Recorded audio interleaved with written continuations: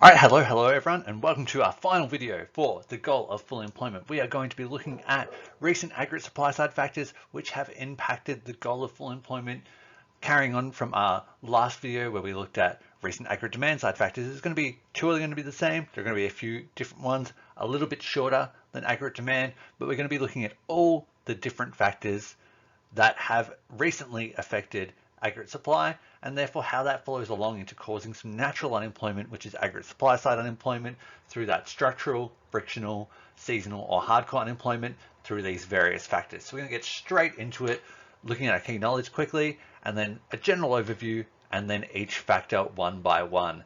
So to get straight into it, our key knowledge being that we care about aggregate supply side factors that have influenced the unemployment rate in the past 2 years, remembering that anytime we see the word recent, so the word recent means the past 2 years. Also, contemporary means something within the last 2 years.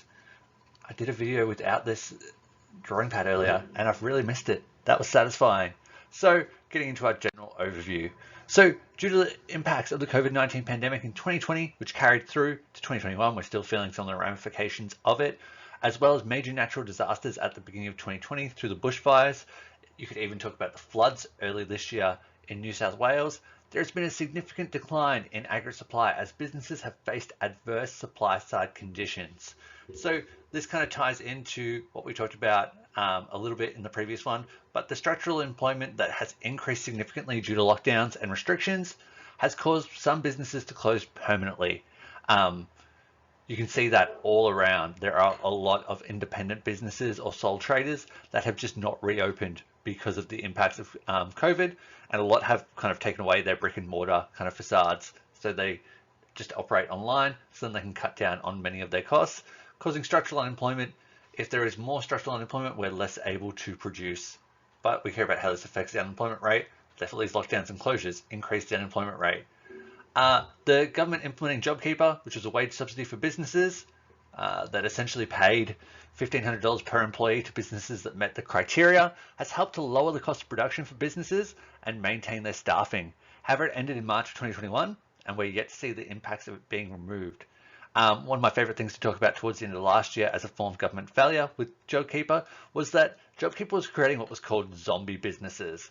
And zombie businesses did not lust for brains, but they were being basically propped up by these subsidies. And the prediction was as soon as these subsidies disappeared, the businesses would too, because they weren't really producing anything, they weren't really operating, they were just solely being kept alive by these wage subsidies from JobKeeper. So the removal of these should potentially lead to an increase in the unemployment rate in the next measurement, which will be the July quarter of 2021. Our closed borders has also led to delays or difficulty in accessing resources, which has led to decreases in productivity. There's going to be an interesting thing when we look at productivity in here, but I'll save that for when we get to it. No spoilers because no one likes spoilers. Don't spoil things, especially Falcon and the Winter Soldier. So labor costs. As you can see, in the last 2 years, so if we look at January 2019, labor costs were steadily rising over time. And then about the time the lockdowns hit, they plummeted.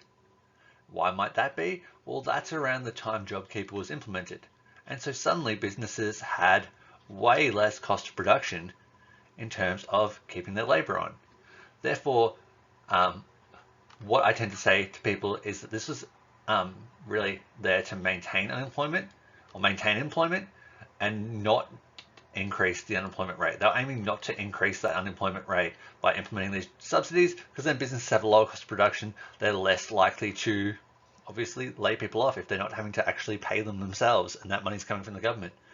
Then you can see more recently it started to increase again, and it's probably increasing further now that obviously now JobKeeper's gone. It's going to increase even further again, and that's likely, this one's likely to lead to that increased unemployment rate that's going to come from increased labor costs, and therefore less people are likely to have work as businesses lay people off to try and remain profitable. Then we've got productivity growth. This one I find really, really interesting, because when we look at it, if we were to look at where the lockdowns happened, it is in this band here. So if we are to circle them, and this is precisely where lockdowns happened. And I honestly hadn't looked into this much recently. I was surprised that we were at our most productive in lockdown. It kind of makes sense in some ways if you look at it in terms of some businesses who no longer needed physical labor and were just using machinery could still operate. They weren't going to be affected by lockdowns. But then also businesses were getting more output per unit of input. They weren't having to spend on like utilities. They weren't having to spend on like putting on food and drink for their staff and all these other extra things that are costs of production, which affects is an input. So all these different costs that businesses have decreased. So businesses have a decreased cost of production during the lockdowns, and that's going to lead to more output per unit of input. So it kind of makes sense. Even though people are at home, some people are more productive at home too. So that's also a factor leading into it. It's harder to prove, but that more output per unit of input and lower cost of production because they're not operating in workplaces for the most part is pretty significant. And so therefore, productivity growth actually increased during the pandemic and during lockdowns. And you'd probably be able to argue that unemployment would therefore decrease as well, as those businesses are more likely to employ more people if they're just working from home and they don't have to actually pay for office space and all those kind of things. Recently, productivity growth has been falling in as people return to the workplace. Productivity growth is falling. There may be layoffs, etc., which could increase the unemployment rate. Now into the last two, which are repeats from aggregate demand side factors, as they are the only two factors that double up as both. So we've got the cash rate, which is the interest rate, which RBA charges banks, essentially tied in with interest rates. We've got 0.1 as the cash rate now, the lowest in history. Meaning on the aggregate supply side, that means lowered cost of production as businesses have less interest paid on loans. Which means they are more likely to increase production, which hopefully then means they're going to increase their labor, which decreases the unemployment rate. That's the goal. Not necessarily going to be the case all the time. That's what they're aiming to do. With that, the low interest rates, it's great for businesses anyway that they have very, very low interest to pay. And business having low cost of production, great for unemployment regardless. Then finally, we have the exchange rate. So the exchange rate as of today, which is the 20th of the 4th, is hovering very, very close to 78 US cents. So it's around that. Pretty sure when I checked this again later in the day, it was about 78 US cents, but that has obviously been increasing since the start of the pandemic, which is interesting. You'd say that because we've recovered better than most countries from the pandemic, we are now being more productive and we're probably exporting more because of that. There's more demand for the Australian dollar, which has led it to appreciate. And from the aggregate supply side, hopefully you remember from previous videos and previous topics, appreciated AUD is good for AS. Why is that? Because businesses who use imports as factors of production, so factors or inputs,